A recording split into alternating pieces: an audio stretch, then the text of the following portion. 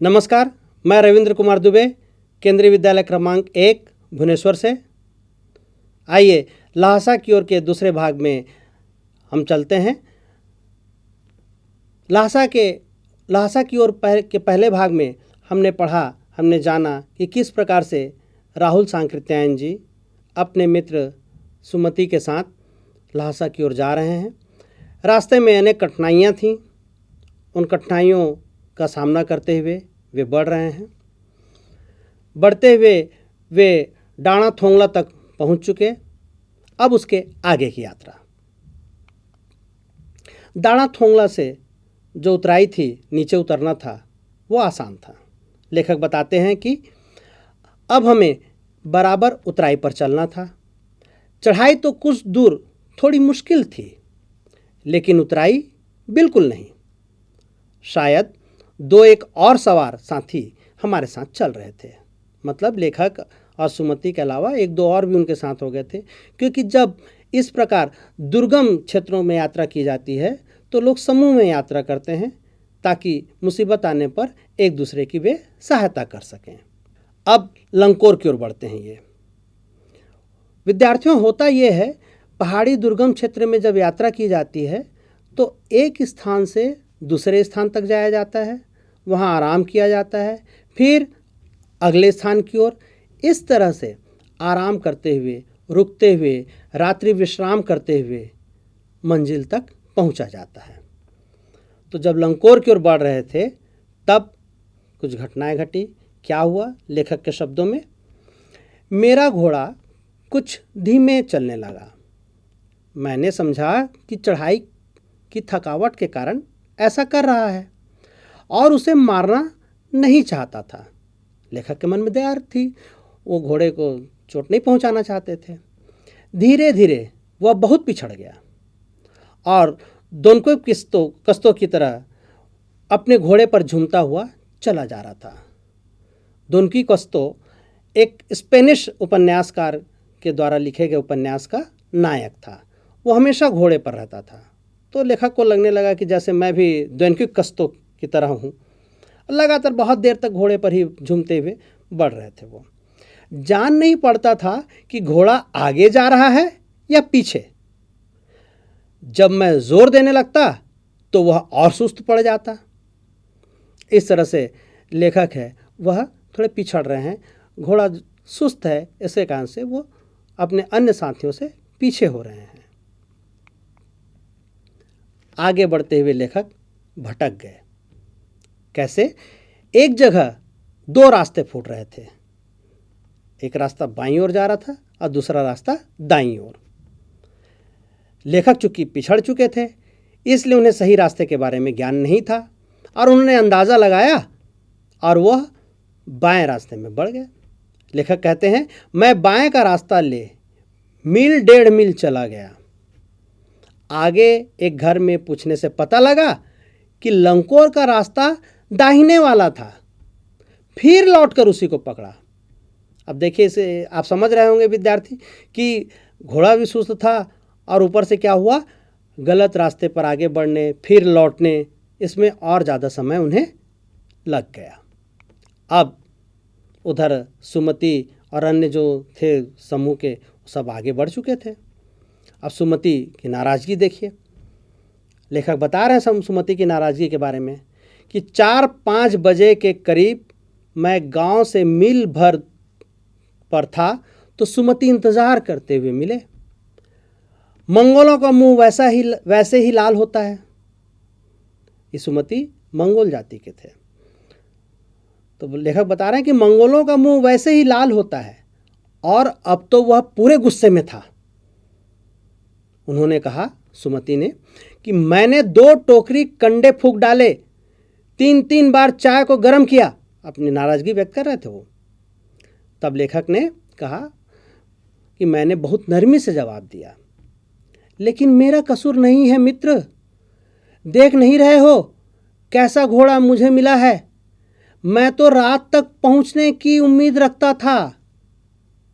गनीमत से 5-6 बजे ही पहुंचा दिया है मुझे, 4-5 बजे ही पहुंचा दिया। खैर, सुमति को जितनी जल्दी गुस्सा आता था उतनी ही जल्दी वह ठंडा भी हो जाता था। मतलब वह शांत हो गया लेखक के उत्तर से। अब लंकोर में इन्होंने रात्रि बिताने का निर्णय लिया। लंकोर में ये ठहरे। लंकोर में वह एक अच्छी जगह पर ठहरे थे। यहाँ भी उनके अच्छे यजमान थे। सुमति बौद्ध भिक्षु थे तो उनके बहुत सारे यजमान थे। यजमान थे मतलब जिनके यहाँ पूजा पाठ कराने के लिए वो जाते थे। तो पहले चाय सत्तू खाया गया। सत्तू आप विद्यार्थी आप लोग जानते होंगे कि अनाज को भून लिया जाता है, जौ या चने को, और उसे फिर उसका जो आटा होता है उसे सत्तू कहते हैं। और रात को गर्मा गर्म थुक्पा मिला। स्थानीय जो खाद्य पदार्थ है यह, जो कि सत्तू या चावल के साथ मूली, हड्डी और मांस के साथ पतली लेई की तरह पकाया गया खाद्य पदार्थ, उसे यहाँ थुक्पा कहते हैं स्थानीय लोग। वो थुक्पा खाने को मिला इन्हें। अब लंकोर के बाद आगे की यात्रा, और आगे पहुँचते हैं तिंगरी के मैदान में। लेखक वहाँ के बारे में बता रहे हैं कि अब हम तिंगरी के विशाल मैदान में थे। बहुत विशाल मैदान है, चारों तरफ पहाड़ हैं और बीच का मैदान विशाल का मैदान, उसे कहा जाता है तिंगरी का मैदान। तो पहाड़ों से घिरा हुआ था, टापू जैसा दिखाई दे रहा था, जिसमें दूर एक छोटी सी पहाड़ी मैदान के भीतर दिखाई पड़ती है, और उसी पहाड़ी का नाम है तिंगरी समाधि गिरी।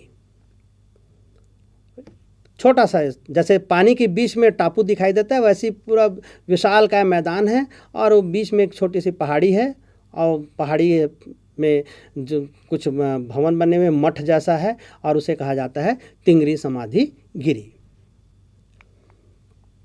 लेखक ने सुमति के बारे में भी विस्तार से बताया है इसमें कि सुमति है वो आसपास के गांव में भी सुमति के कितने ही यजमान थे। कपड़े की पतली पतली चिरी बत्तियों के गंडे ख़त्म नहीं हो सकते थे, क्योंकि बोध गया से लाए कपड़े के ख़त्म हो जाने पर किसी कपड़े से बोध गया का गंडा बना लेते थे। गंडा वह होता है जो एक कपड़ा होता है जिसे मंत्र पढ़कर किसी के बाँह इत्यादि में बांधा जाता है, गांठ लगाकर। ऐसा माना जाता है कि उससे उस व्यक्ति के जीवन में अच्छाइयाँ होंगी, और वह उस व्यक्ति के जीवन में जो कठिनाइयाँ हैं वह कठिनाइयाँ दूर हो जाएंगी। ऐसा अपना अपना विश्वास है। तो वहाँ के लोग मानते थे कि बोध गया जो बिहार में एक स्थान है जहाँ गौतम बुद्ध को बुद्धत्व की प्राप्ति हुई थी, एक पेड़ के नीचे, है ना। तो उस स्थान से एक कपड़े का टुकड़ा लेकर आए थे, और वो कपड़े के टुकड़े को ही वो उसका बत्ती जैसा बनाकर फाड़ कर उसको बत्ती जैसा बनाकर वह अपने यजमानों को गंडे पहनाते थे, और उसके बदले में यजमान उन्हें कुछ दान दक्षिणा भी देते थे। तो वो अपने आसपास के गांव में सुमति जाया करते थे वो वही गंडे बांधने के लिए। और लेखक बता रहे हैं कि जो बोध गया का जो लाया गया कपड़ा है, गंडा यदि ख़त्म भी हो जाएंगे तो क्या करेंगे ये सुमति, दूसरे कपड़े को ही फाड़ कर उसका गंडा बना के कहेंगे बोध गया का ही यह गंडा है। लोगों को विश्वास होता है, तो लोग विश्वास, सामान्य चीज़ में भी वो विश्वास कर लेते हैं। तो इस तरह से लेखक ने समझाने की कोशिश की कि लोगों के अपने विश्वास होते हैं, धार्मिक विश्वास बड़े गहरे होते हैं, और सामान्य भी चीज़ को भी वो विशिष्ट मान लेते हैं। तो यही गंडा बांटने के लिए सुमति है वह अपने यजमानों के पास जाना चाहते थे। लेखक ने कहा कि मैंने सोचा यह तो हफ्ता भर उधर ही लगा देंगे अपने सब यजमानों से मिलते हुए। तो लेखक बोलते हैं कि मैंने उनसे कहा कि जिस गांव में ठहरना हो उसमें भले ही गंडे बांट दो, मगर आसपास के गांव में मत जाओ। इसके लिए मैं तुम्हें लहासा पहुंचकर रुपए दे दूंगा। सुमति ने स्वीकार किया, क्योंकि गंडे से उसे आमदनी होती, उसे जो दान दक्षिणा मिलता, रुपए मिलते। तो लेखक ने कहा कि जितने रुपए मिलेंगे तुमको, आसपास जाओगे समय तुम्हें ज़्यादा लगेगा, मेरे पास समय की कमी है, हम जल्दी लहासा पहुंचना चाहते हैं, तो वो जो तुम्हें पैसे का नुकसान, रुपए का नुकसान नहीं होगा, वो रुपए मैं तुम्हें लहासा पहुंचकर तुम्हें मैं दे दूंगा। अब देखिए सुमति के बारे में लेखक ने स्पष्ट किया है। सुमति है कौन, जान लीजिए कि लेखक को यात्रा के दौरान मिला एक मंगोल बौद्ध भिक्षु जिसका नाम था लोब्जंग शेख था। और ये लोब्जंग जो है इसका अर्थ होता है सुमति प्रज्ञ, बुद्धिमान ज्ञानी व्यक्ति। अतः लेखक ने उसे सुमति के नाम से पुकारा है, आसानी के लिए सुमति कहते थे उसे, ठीक है। और सुमति भी अपने सुमति नाम को पाकर वो नाराज नहीं हुए, उन्होंने भी सहर्ष से स्वीकार कर लिया था। तिंगरी के मैदान के बारे में देखते हैं कि तिंगरी के विशाल मैदान में थे और जो पहाड़ों से घिरा टापू सा मालूम होता था, और उसमें पहाड़ी से हमने पढ़ लिया, उसमें समाधि गिरी भी थी। अब जैसे ही अब ये लोग भरिया ढूंढने के लिए कोशिश की इन्होंने। भरिया वो होते हैं जो भारी सामान को ढोकर चलते हैं। क्योंकि इन्हें लंबी यात्रा करनी थी तो इन्होंने सोचा कि भरिया रख लेते हैं ताकि हमारे कंधों पर जो भारी सामान है उससे हमें मुक्ति मिल जाए और हमें चलने में आसानी हो। लेकिन कोई नहीं मिला। सवेरे ही चल दिए होते तो अच्छा था, लेकिन अब 10-11 बजे की तेज़ धूप में चलना पड़ रहा था। तिब्बत की धूप भी बहुत कड़ी मालूम होती है। यद्यपि थोड़े से भी मोटे कपड़े से सिर ढांक लें तो गर्मी खत्म हो जाती है। तेज़ धूप, अगर सामने से चेहरे पर धूप पड़ रही हो तो बड़ी तेज़ महसूस होती है, सिर पर तेज़ धूप महसूस होती है। लेखक बता रहे हैं यदि कपड़ा वगैरह डाल लिया तो फिर धूप की तेज़ी खत्म हो जाती है। आप 2 बजे सूरज की ओर मुंह करके चल रहे हैं, ललाट धूप से जल रहा है और पीछे का कंधा बर्फ हो रहा है। जिधर से धूप पड़ रही है, तेज़ धूप पड़ रही है, तो उसे कान से क्या कि एकदम गर्मी, और पहाड़ी क्षेत्र है इसलिए ठंडकता है, तो पीठ तरफ क्या है, जिधर धूप नहीं पड़ रही उधर बर्फ जैसे ठंडी। फिर हमने पीठ पर अपने अपनी चीज़ें लादी, डंडा हाथ में लिया और चल पड़े। अब आगे बढ़ना था तिंगरी के मैदान से। भरिया मिला नहीं बोझ ढोने वाला। अब शेखर विहार की ओर पहुंच गए। कैसे पहुंचे उसके बारे में लेखक बता रहे हैं कि सुमति के परिचित तिंगरी में भी थे, लेकिन वह एक और यजमान से मिलना चाहते थे।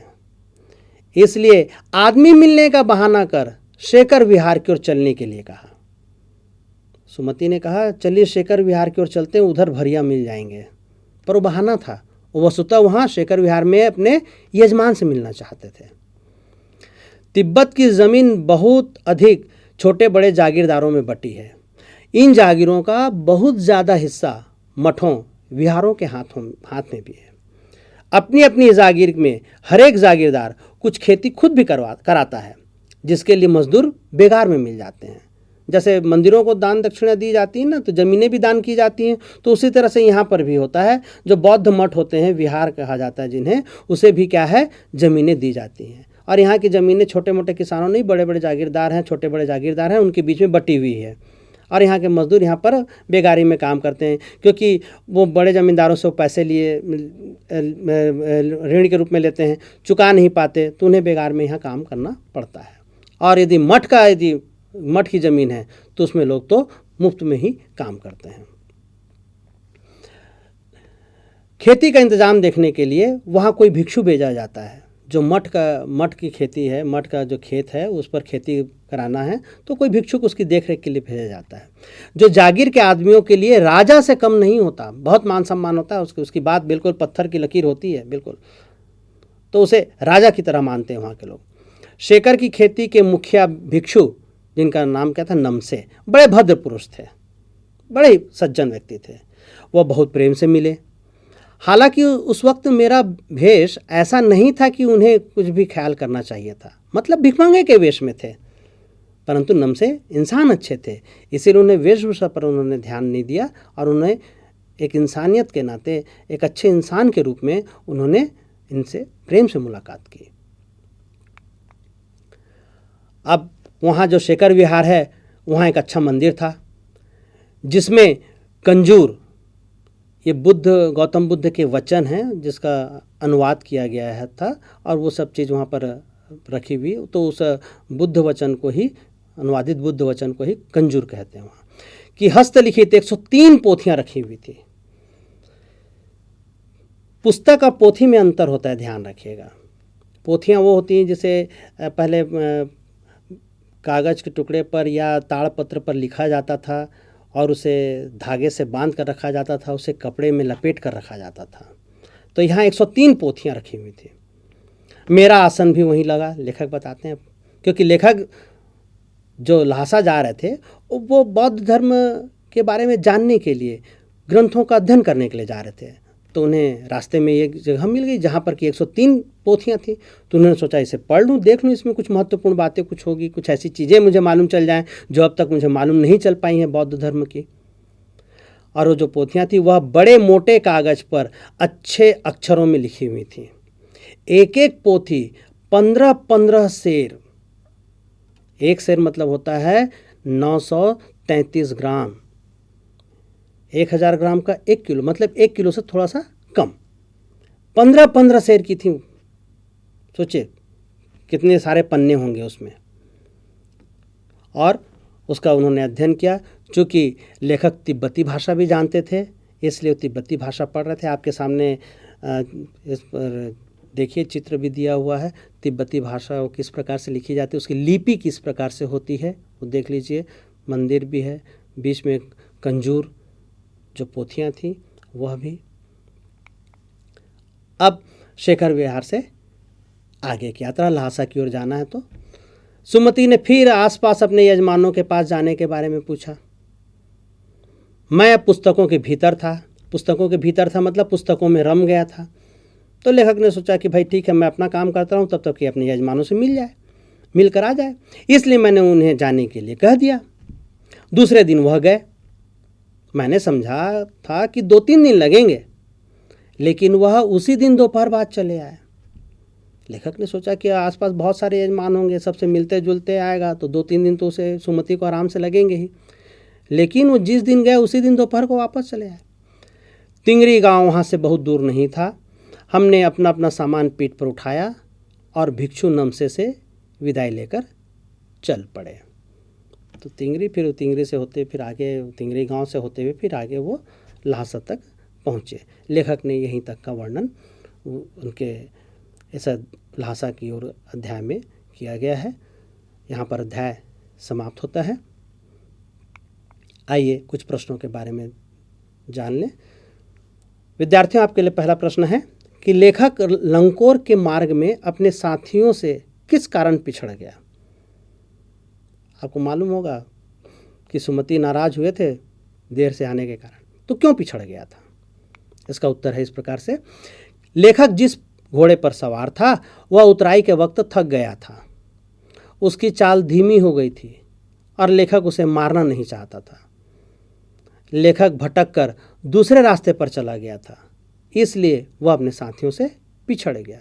मतलब लेखक के पिछड़ने के 2 कारण थे, एक घोड़े का सुस्त होना और दूसरा रास्ते का भटक जाना। अगला प्रश्न देखें।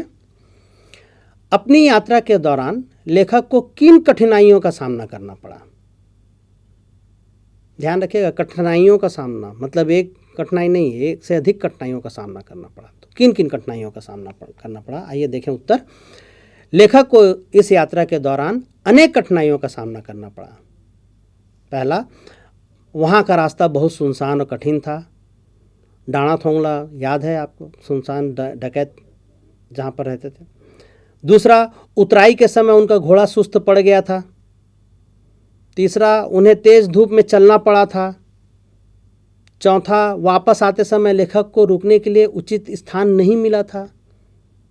देख लीजिए, तो यहाँ पहले के ज़माने में जब लेखक गए थे, ये 1929-30 की बात है, उस समय उन्हें कितनी कठिनाइयाँ उन्हें सहनी पड़ी थी, पर फिर भी इन कठिनाइयों पर विजय प्राप्त करते हुए आगे बढ़ते गए और उन्होंने बौद्ध धर्म के विभिन्न ग्रंथों का उन्होंने अध्ययन किया था।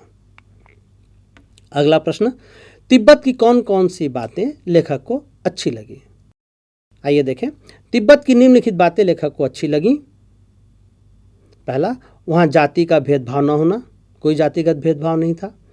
दूसरा, पर्दा प्रथा न होना, औरतें हैं पराये पुरुषों के सामने निकलने में संकोच नहीं करती थी। तीसरा, किसी भी अपरिचित लोगों को घर के अंदर आने देना और माँ बहनों का उनके लिए चाय बना देना। देखिए, आतिथ्य सत्कार जो कहते हैं उसी प्रकार से कि अपरिचित लोग होते थे फिर भी घर में माँ बहन है वो चाय बनाकर दे देती थी। विद्यार्थियों, भाषा अध्ययन में उल्लेख